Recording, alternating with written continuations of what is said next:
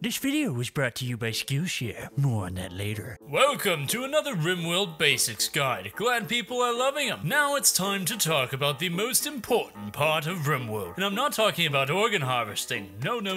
Today it's all about the weapons, baby. Though for today we will be talking about the ranking of the many murderous melee weapons. If we get plenty of likes or comments on this video, maybe both, we can talk about the ranged weapons in a later video. So sit back, relax, and let's talk about all the close combat stuff. So before we begin ranking the melee weapons, we need to talk about materials. Melee weapons for the most part don't have to be made of steel. They can be made out of a lot of things, like rock or plasteel, or even uranium if you feel like wasting that stuff. I kid, of course. Uranium actually is one of the best material for melee weapons, giving the best bonus all around, but especially for blunt weapons. Plasteel, meanwhile, is great for sharp weapons with that best bonus for that, along with weapon health. Steel is your middle of the road, with everything else being inferior. Gold is too soft and better used for selling if not making better stuff. Stone material is too slow to be viable, and wood, if you are using wood, you are either memeing or just starting off the game. Whatever it is, pick something else. Though, shout out to Jade being on par with uranium when it comes to blunt. But why would you make a club out of Jade? I'll never know. So, onto the actual ranking. Please note that all weapons that can be made of a material will be ranked as if you are using steel, the middle of the road material with normal crafting. After all, a legendary dagger made of plasteel will outperform an awful wooden sledgehammer, so we gotta be fair. So first on the list is rank F. These are things you really shouldn't use unless you are memeing or super desperate for anything at all. First off, the first, easily the worst weapon since you have nothing at all. With a DPS of 4.1, you won't be going full Kenshiro on your enemies, just grab anything at all. Though a beer bottle or piece of wood won't be much better, yes, you can use a beer bottle as a weapon along with a log. Makes sense, right? After all, the demon man likes to hit you with a good drink. Yeah, 4.5 and 5 DPS for the beer and wood respectively isn't going to do much for you, outside of maybe some hilarious moments in the early game when you have to use anything on hand to live. Though, speaking on hand, prosthetics count as melee weapons. If you arm a pawn with a prosthetic arm, you get the DPS of 4.1. One would think your wooden arm could do a little more damage, you know, like put a knife on the end, but no, your pawns don't do that. No, they don't. The last one is the field hand at 4.5, like a bottle of beer, and while the field hand is great for farming, for combat, really not that good. Not even for slaves, which we'll explain what we mean by that later.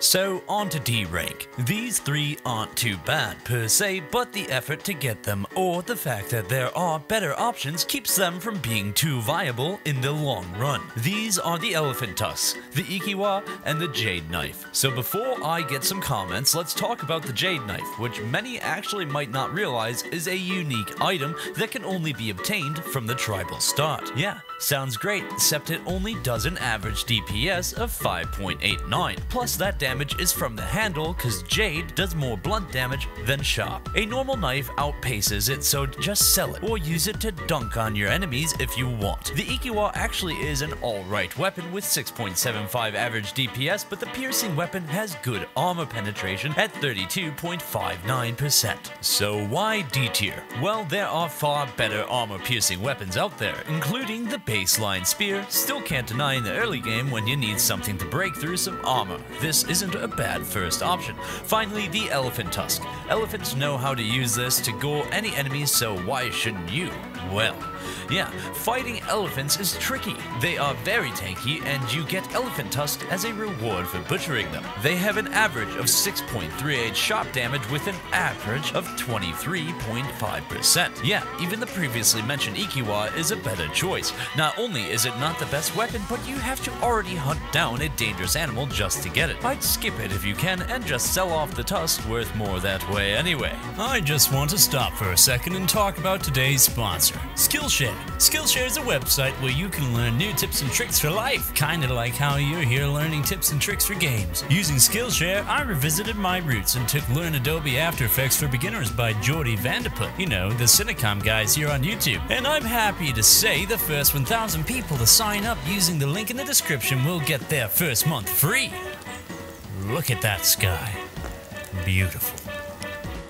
Now we move on to C rank. These are weapons that can serve you great in the early and mid game. Sure, there are better choices, but you don't run the risk of yourself more than helping with some of the lower tiers. Starting off, we have a controversial choice, the LTAC Staff. This weapon only has a blunt DPS of 4.62, putting it on par with just being unarmed, so why put it at a C rank? Well, we aren't just looking at raw damage. It's not that simple with some gear. We also look at the effort needed or some other value, and boy, this staff is gonna be helpful if you play with psychics. To quote the wiki, a normal quality LTAC staff improves a pawn's psychic sensitivity by 42% and improves the neural heat recovery rate by 2.5 per 30 seconds. This is pretty good. Basically, give the staff to your main psychic and they become a powerful wizard. I put this in C tier because you have to buy them from combat suppliers or from quests, and if you do want to buy them, that's a lot of money for it. The other useful item are the Bionic and Archotech arms. In this case, they have a DPS of 6 and 7. Actually pretty alright if a pawn gets caught with their pants down, though I'd recommend giving pawns these Bionics if you could for a better manipulation, which does improve chance to hit, so hey, even not as a weapon, it's still useful. The drill arm is also pretty good at C, being a 6.5 damaging weapon with 20% penetration, but this isn't for your pawns, it's for your slaves. The biggest problem with slaves is you can't arm them with weaponry. They get ideas that they can leave whenever they want. So better choice for them, give them bionic weapons like the drill. Now you got a slave who is good at mining, and if they get into more trouble, they have some way to defend themselves without all that pesky freedom thoughts. Next up, we got the axe, a simple weapon with 6.75 DPS but good sharpness. Great for taking pesky limbs, so why at C rank? Well, there are much better choices like Gladius or Longsword. Now, I'm not saying it's bad, far from it. It's just that with so many other good choices, it's hard to really pick it out of a lineup. Also, you'd think carrying an axe would speed up your plant cutting speed like a tool, but it won't. Finally, we have the Humble Club rounding out our C tier. I know that you are thinking, why C tier? Well, same reason we put the axe in. Too many better choices. But I cannot deny the use of this blunt weapon at 6.38. A Humble Wooden Club will be a perfect for early game raiding when you want to take in prisoners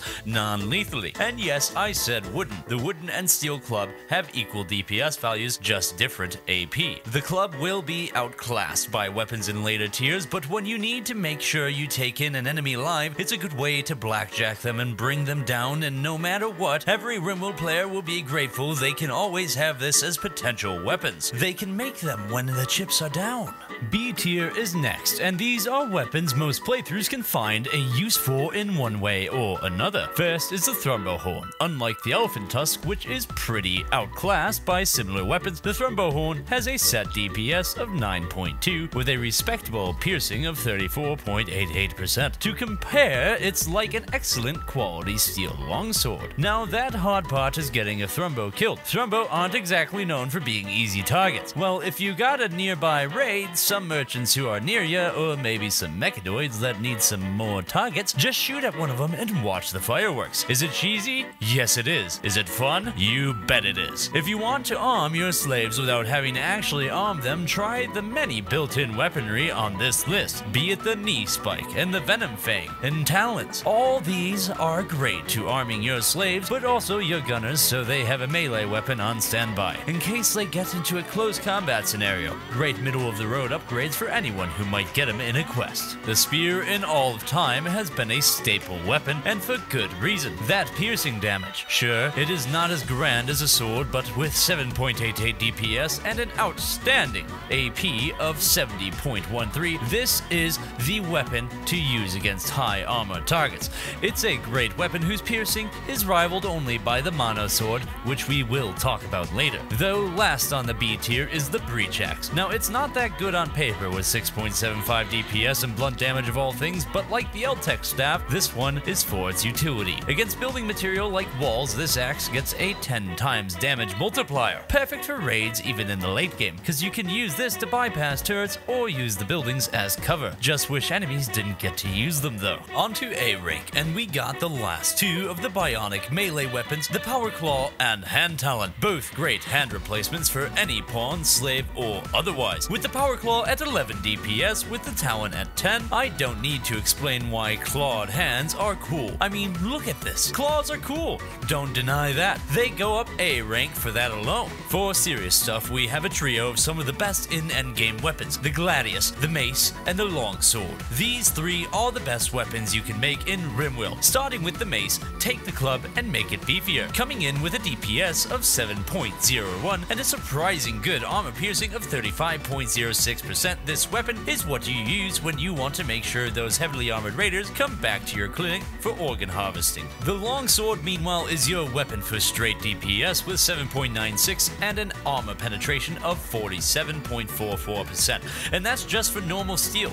The only downside with the Longsword is the above average swing speed of 2.5 seconds. It may not seem like a lot, but remember, every hit a pawn takes is a roll of a dice to losing a limb and the fight. Finally, rounding out the trio in the Gladius, which comes in with a respectable 7.13 DPS, think of the Gladius as the middle child here. It isn't as strong as a Longsword, but it is faster, with the Mace being great for taking prisoners with its blunt damage. Really, for it, it's a choice of either going for less damage but more speed, or more damage with less speed with the Longsword. Though I suppose the Gladius has the advantage of being craftable once smithing is researched, with the Longsword needing long blade research after, so take that if you will.